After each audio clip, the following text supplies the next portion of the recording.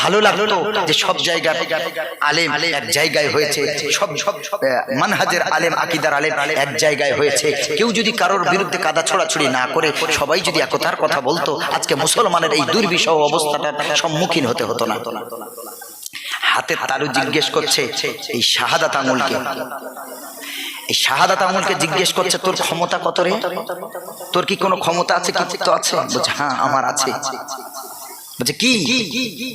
বলে মুসলমান যে আল্লাহকে মানে এক আল্লাহ বলে, মুসলমান ওযু করার শেষে আকাশের দিকে একটা আঙুল তুলে আশহাদু আল্লাহ পড়ে আর বলে বোঝায় যে আল্লাহ হলেন এক। জোরে বলেন সুবহানাল্লাহ। আমরা কোন আঙুল তুলে আল্লাহকে সাক্ষী দিই? শাহাদাত আঙুল। তারপরে বলল আঙুল, ও তালু ভাই শোনো, হে আমার আরো কৃতিত্ব আছে, ক্ষমতা আছে, আমার মর্যাদা আরো আছে। বলল কোন দিক দিয়ে? বলে মানুষ যখন আত্তাহিয়াতুতে বসে, আত্তাহিয়াতু শেষ করার পর আশহাদু আল্লাহ বলে, ওর সব আঙুলগুলো মুড়ে রাখে, আমাকে সোজা করে এক আল্লাহর সাক্ষী দেয়। বলল আর কি ক্ষমতা আছে? বলল আরো ক্ষমতা আছে আমাদের। বলো মানুষ যখন রাস্তা হারিয়ে যায়, রাস্তা হারিয়ে গেছে, পথ হারিয়ে গেছে, মনে করেন আপনার এলাকায় আমি জলসায় আসবো, সেই বাড়ি বুথ থেকে যদিও হ্যান্ডবিলে আমার দিয়েছে বর্ধমান, কোথায় দিয়েছে ওটা মিস্টেক হয়েছে মনে হয়, অন্য কোনো বক্তার হয়তো বর্ধমানের বাড়ি আমার জায়গায় চলে গেছে। আমার বাড়ি হলো বারুইপুর থানা, দক্ষিণ 24 পরগনা। আদি বাড়ি হলো পাথর প্রতিমা থানা, সে অনেক দূর, সেই সাগর। মনে করেন আমি আসছি অত দূর হতে, বাগনার লাইন ধরলাম, রাস্তা বুঝতে পারলাম না। এরপরে কারোর জিজ্ঞাসা করলাম, ভাই এই এলাকার নাম হলো ডিহি মন্ডল ঘাটের এলাকায় জলসায় যাব, কোন রাস্তা দা বলো। ও কি সব আঙুলগুলো মুড়ে রেখে বুড়ো আঙুল দিয়ে কি দেখায়, ও ভাই ওই রাস্তায় যাও। এরকম করে দেখাবে নাকি? হ্যাঁ বলো ভাই, ও ভাই দাঁড়াও দাঁড়াও দাঁড়াও, কোথায় যাবে? বলছে আমরা অনেক দূর থেকে আসছি, ডিহি মন্ডল ঘাটের ওই যে জলসাটা হচ্ছে, ওই জলসায় যাবে। তখন কি বুড়ো আঙুল দিয়ে দেখে দেখাও, ওই সোজা যাবে, এই দিকে যাবে, ওদিক যাবে, এমন করে বলে নাকি? নাকি এই আঙুল দিয়ে দেখায়? কোন আঙুল বলেন? শাহাদাত আঙুল দিয়ে দেখাও, ভাই এই যে এই রাস্তায় যাবে, এরপরে বাঁ দিকে, তারপরে একটুখানি 2 কিলোমিটার গিয়ে ডান হাতে ঢুকবেন, এই আঙুল দিয়েই তো বলে। শাহাদাত আঙুল বলছে তাহলে ভাই রে, আমার কৃতিত্ব মানে পথ হারা বান্দাকে আল্লাহ আমার মাধ্যমে পথের দিশা দেখায়। তাই তো তোর যুক্তিটা ঠিক। পরেরটাকে জিজ্ঞেস করছে, মধ্যমাকে জিজ্ঞেস করছে, এবার তর্জনী শেষ, এবার মধ্যমাকে ধরেছে। হ্যাঁ রে তুই কিছু বলবি, তোর ক্ষমতা আছে কিছু? তোর পাশের ভাইটা তো বলে দিল, আমারও ক্ষমতা আছে। বলে কি ক্ষমতা? বলে বাড়িতে গিয়ে যদি ওই ফিতে মাপ করার ফিতে যদি থাকে, তুই এসে মাপো, আমি এই 4 ভাইয়ের থেকে লম্বা, হাইটে সবচেয়ে লম্বা বেশি। এই মধ্যমা আঙুল সবচেয়ে লম্বা বেশি না কম? বেশি। বলে আমি হাইটের দিক থেকে আমার ক্ষমতা। বলে শুধু একটা না, আর কিছু আছে? বলে আরো আছে। বলে মানুষের দাঁত পরিষ্কার করার কাজে লাগিয়ে আমি। বলে সে কি? বলে যারা গুল মাঝে, তারা হাতে হিরণ মার্কা, কি মার্কা গুল আছে? হিরণ, হরিণ মার্কা গুল নিয়ে তারা বিসমিল্লাহ বলে এই আঙুলে দিয়ে আর বিসমিল্লাহ বলে চালায়। বলে দাঁত পরিষ্কার করার জন্য আমার কাজে লাগে। বলে তাই তো, তোর যুক্তিটাও তো ঠিক, তাহলে তোর ক্ষমতাও আছে বুঝলাম। এরপরে জিজ্ঞেস করছে পাশের আঙুলকে, হারে তোর কি ক্ষমতা আছে? কে জিজ্ঞেস করছে? হাতের তালু। এই আঙুলকে জিজ্ঞেস করছে তুই কিছু বলবি?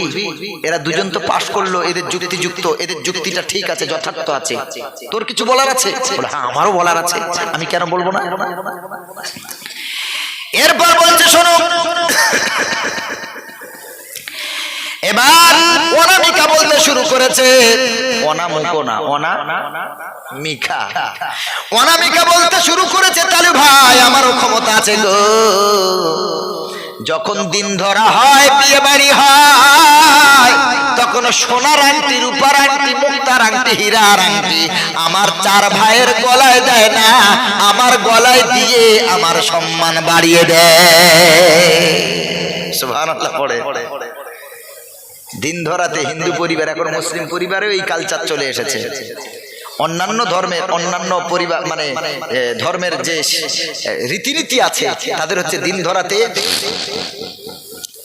মেয়ে পক্ষ পাত্রীপক্ষ ছেলের হাতে আংটি পরায়, সেটা হলো এই আঙুলে পরায়। বলে আমি এত ধন্য, এত মর্যাদাশীল, আমি আমার এতগুলো ভাই থাকতে কারোর গলায় হীরের আংটি দিল না, আমার গলায় দিয়ে আমাকে ইজ্জত দিয়েছে। সুবহানাল্লাহ। এরপরে ছোটটাকে ধরেছে, তুই কিছু বলবি? তুই তো এমনি হ্যাংলা প্যাংলা, গায়ে তোর গোস্তও নেই, হাইটও শর্ট, তুই নাটা, তোর কিছু বলার আছে রে? এরপর কনিষ্ঠা বলছে না, আমি ছোট বলে আমাকে অপমান করবে না, অবজ্ঞা করবে না। বোড়া সাপ ছোট হলেও বিষধর বেশি হয়। বোড়া সাপ ছোট, টক্ক সাপ ছোট, বিষ বেশি না কম? ছোট, কিন্তু একবার ঝাড়লে বুঝতে পারবে কি জিনিস, কলিজা কানা করে দেবে, হসপিটাল যেতে দেবে না, কিডনি ফেল হয়ে যাবে। বলছে আমি ছোট হতে পারি, কিন্তু আমার কৃতিত্ব অনেক, ক্ষমতা অনেক। বললো কি আছে বল? ও তখন বলতে শুরু করেছে, ভাইয়ের কপালে দিলাম ফোঁটা, জমের দুয়ারে পড়ুক কাঁটা। বললো শোনো গো, হিন্দু ধর্মে যখন বোনেরা ভাইয়ের কপালে ফোঁটা দেয়, অন্য কোনো আঙুলে চন্দনের ফোঁটা দিয়ে টানে না, আমি ছোট হলেও আমাকে দিয়ে ভাইয়ের কপালে টেনে দেয়।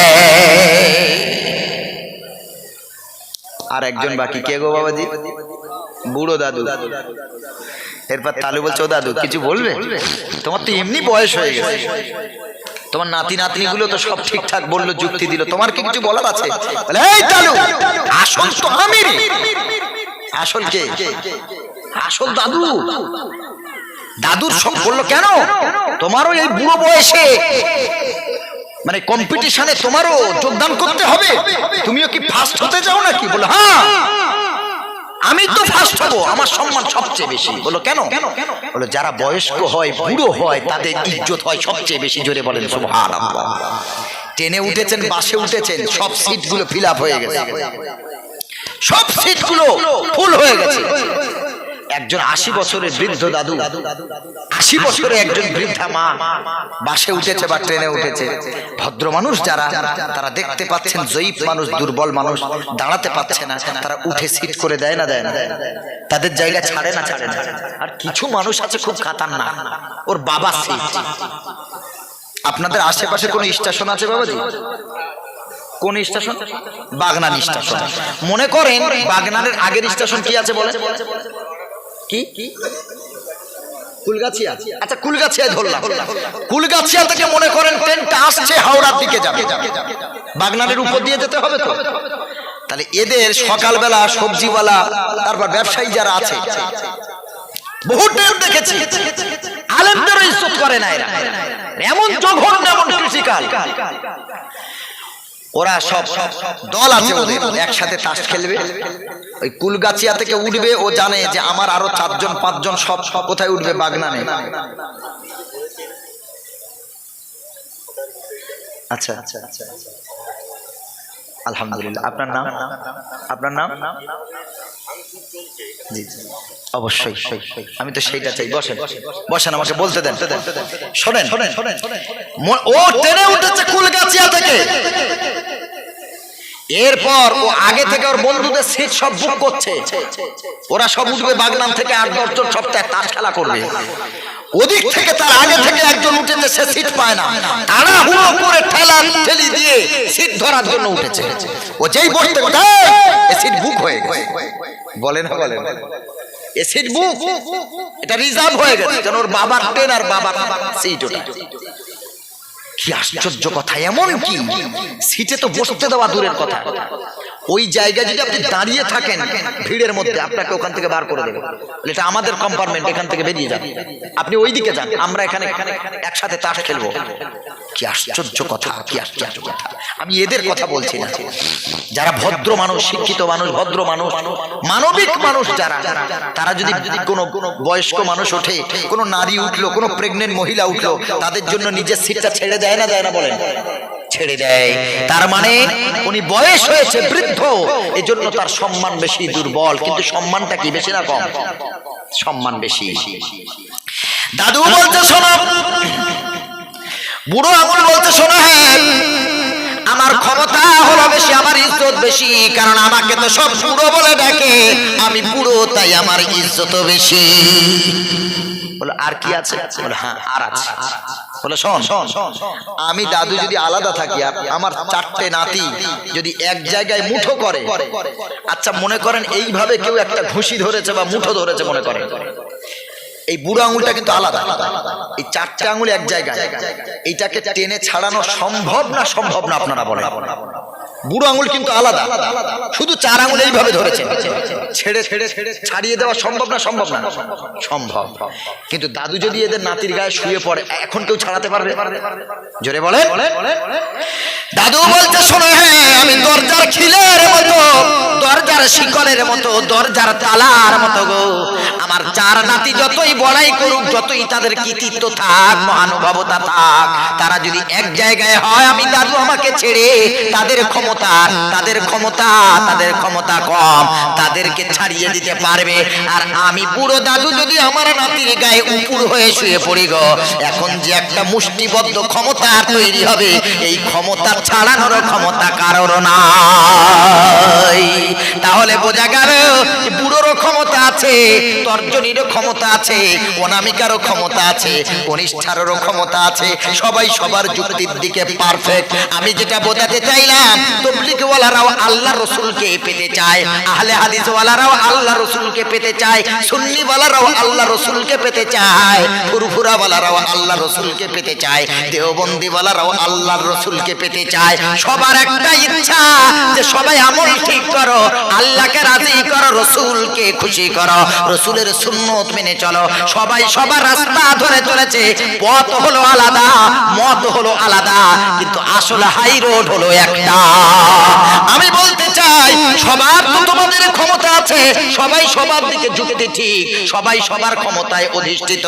আমি বলতে চাই যে যার ক্ষমতা নিয়ে আলাদা আলাদা হয়ে যেও না।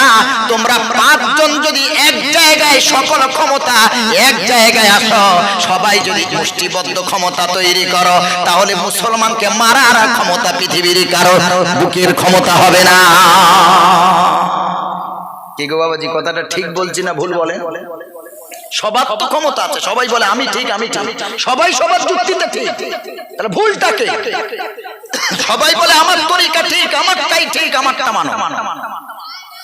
আল্লাহ এর জবাব দিচ্ছেন, দেখেন আল্লাহ রাব্বুল আলামিন বলেন ইহদিনাস সিরাতাল মুস্তাকিম সিরাতাল লাযিনা আন'আমতা আলাইহিম গায়রিল মাগদুবি আলাইহিম ওয়ালাদ-দাল্লিন। একটু দরুদ শরীফ পড়েন, আল্লাহুম্মা সাল্লি আলা আসি। একটু পানি দে না, গ্লাস আছে?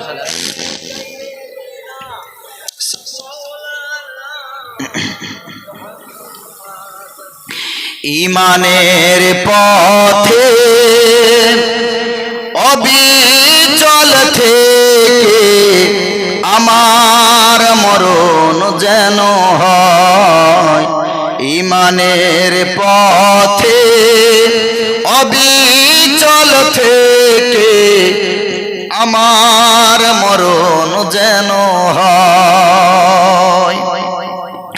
তোমার কাছে মিনতি আমার, তোমার কাছে মিনতি আমার, মহিম দয়াময়। ঈমানের পথে অবিচল থেকে আমার মরণ যেন হয়। ঈমানের পথে অবিচল থেকে আমার মরণ যেন হয়। প্রতিদিন মিথ্যের মুখোমুখি হই, বেদিন ফাঁসে কেরা করে হইচই। প্রতিদিন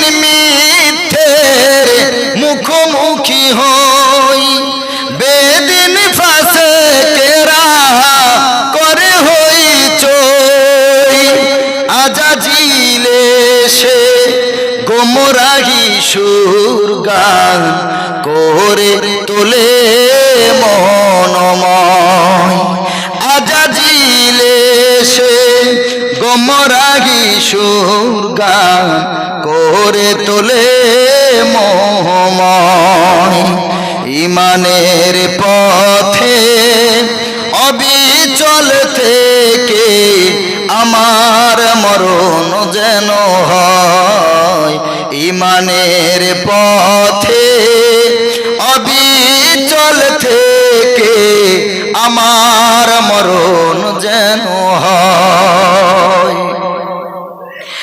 আধারের দুর্গম আঁকা বাঁকা পথ ভ্রান্তিতে পূর্ণ যত মতামত আধারের দুর্গম আঁকা বাঁকা পথ ভ্রান্তিতে পূর্ণ যত মতামত কখনো হঠাৎ নফসের তাড়নায় লাগে সুন্দর মনোময় কখনো হঠাৎ নফসের তাড়নায় লাগে সুন্দর মনোময় ইমানের পথে অবিচল থেকে আমার মরণ যেন হয় ইমানের পথে